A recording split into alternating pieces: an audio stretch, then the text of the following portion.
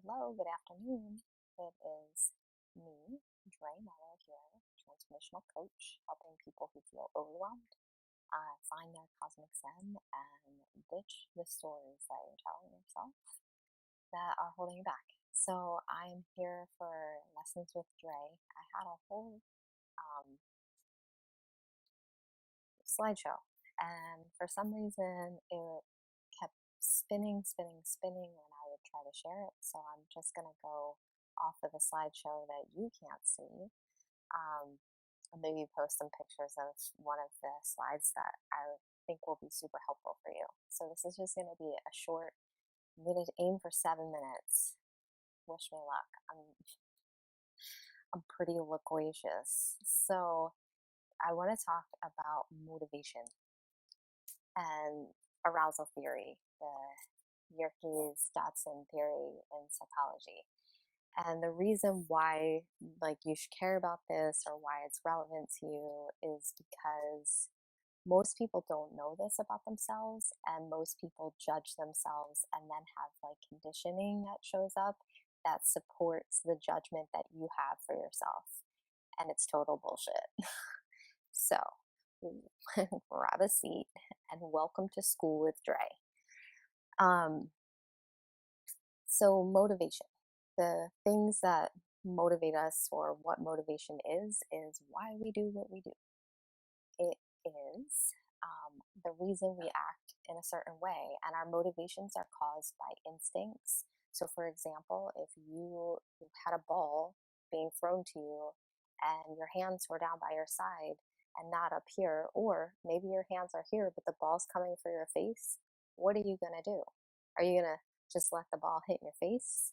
Maybe if you didn't see the ball coming, but if you see the ball coming, your instinct is put your hand up in front of your face. The ball's basketball coming toward your head.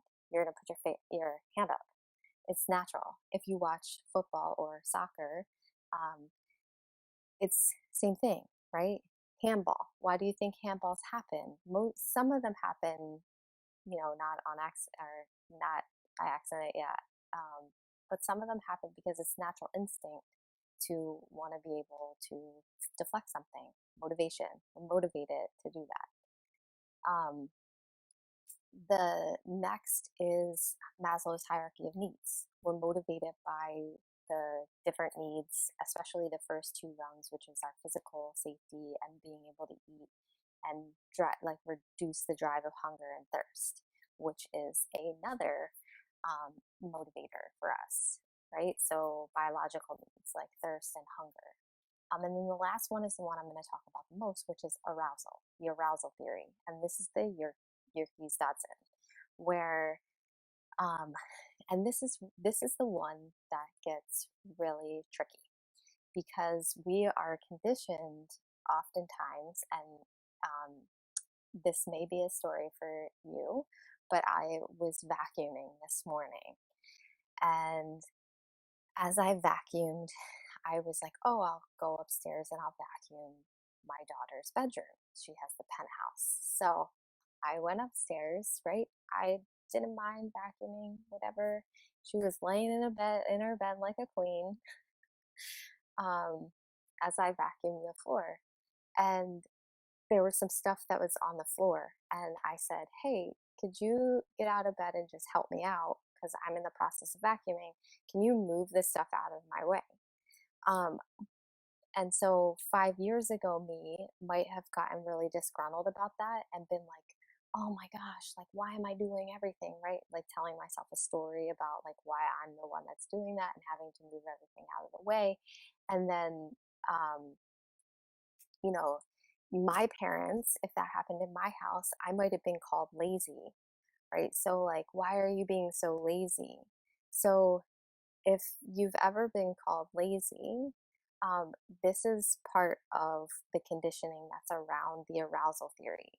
And if our society also, arousal impacts people's introversion or extroversion. So if you feel like you're more of an introvert, it's because you have different levels, cortical arousal levels. And so we introverts typically have higher levels of cortical arousal. And so cortisone, like being a biological thing in our body, if we have enough of it, we're not going to go out and seek that. Extroverts will go out and seek that because they need to have that cortical arousal. So we oftentimes like will um, in business in particular, and just like in a lot of things in work in our adult lives, like we kind of base things off of like who we think an ideal person is in our society. But the thing about that is it's a spectrum, because we all have different needs and we all are motivated, and our arousal is triggered in different ways. And so the best thing that you can do for yourself is to know and understand like what is your optimal level for performance, because motivation is what impacts our performance. And that's when I say, like, if you've ever heard the word I'm lazy, or you have that story about yourself, I'm lazy, it's likely come from conditioning and somebody else's conditioning of what they thought the ideal person might or should look like. And there's no ideal. Like, we're all in this. So it's really important to just know and understand like what motivates, like we know the motivational factors and like the psychological reasons of why we do what we do, but where is your level of optimal arousal for performance? So if you want to perform, like say like with my students in psych, I talk about the AP exam, or I talk about an exam coming up, or maybe some other area of their life. If you it's like a bell curve, okay? Your optimal performance is in the middle. When you are on the I'm mirrored here, so I'm trying to stay on this side, right? The right, it goes like that. So you have your high anxiety side um, over here, and you have your boredom over here. And so if you're really anxious, it's because there's too much arousal. There's too many stress factors. Chronic stress is really bad for the body and the brain. And things that alleviate that are things that bring fun and joy and meditation, yoga, all those things. So when you are able to do that, you have an optimal level of arousal in your body, right? Your biological body and in your mind, in your psyche.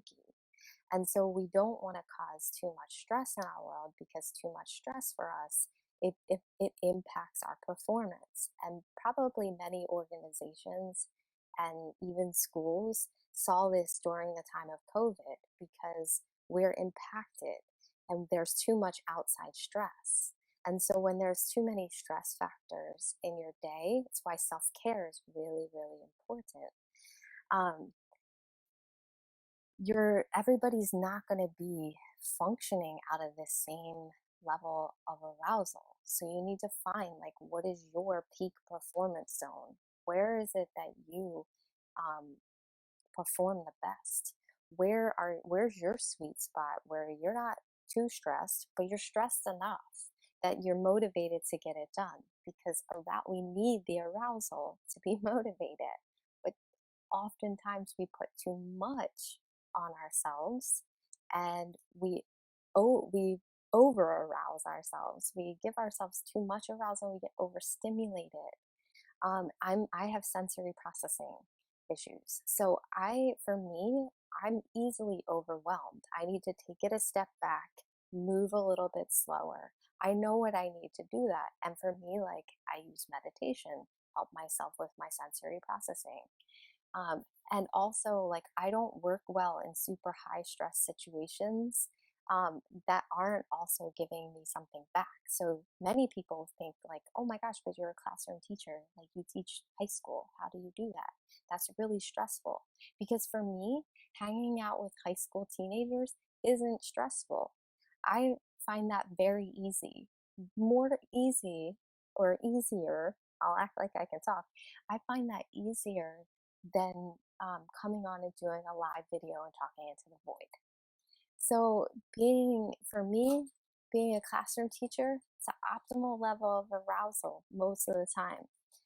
Talk to me when grades are due. Um, But this is important for you, if especially like if you own your own business or you want to own your own business, and um, knowing what works for you and not with what other people say is do these 5 things and you'll increase your optimal performance. That might not work for you. This is why like one size fits programs don't always work for people, because we all have different ways of experiencing the world. Our perception is different. And if you work with me as a coach, that's how I function. I don't tell you what to do or what to think. I give you the tools and allow you to build what it is that you need to build for yourself, because it doesn't one size fits all doesn't typically work for things, because we all have different ways of needing to tweak something for it to work for us because of our motivation and arousal. It impacts our performance. Um, so it's just important to know what your level is, like what your optimal arousal is, and so that you can, you know, perform in a way that makes you feel good about what it is that you want to get done. That's what I have today. School by Dre. It's 11 minutes. I was in overtime. You're welcome. If you got value out of this, put my PayPal in the comments. Go ahead and donate whatever you want to donate. If you don't have the means to do that, share it out. If you don't want to share it out, hit me with a love bubble. It's up to you. I appreciate you being here no matter what. Thank you, thank you, thank you. And may you too feel loved and supported.